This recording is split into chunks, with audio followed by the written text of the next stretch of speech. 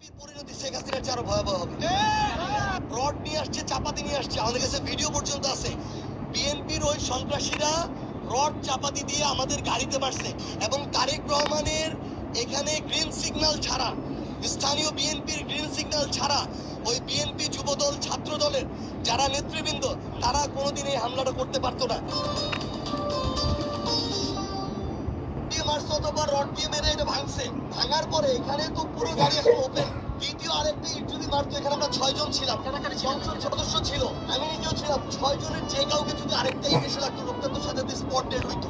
তো তারেক রহমান আসলে কি চাইতেছে, উপরে উপরে ঢং ধরে অভিনয় করে ভিতরে ভিতরে ছাত্রদলকে যদি সন্ত্রাসী বাহিনী হিসেবে ব্যবহার করে এইরকম হামলা করতে চায়। একটা কি মারছে, হয় ইট দিয়ে মারছে অথবা রড দিয়ে মেরে এটা ভাঙছে, ভাঙার পরে এখানে তো পুরো গাড়ি এখন ওপেন। দ্বিতীয় আরেকটা ইট যদি মারতো, এখানে আমরা 6 জন ছিলাম, সংসদ সদস্য ছিল, আমি নিজেও ছিলাম। 6 জনের যে কাউকে যদি আরেকটা ইট এসে লাগতো, লোকটা তো সাথে স্পট ডেড হইতো। তো তারেক রহমান আসলে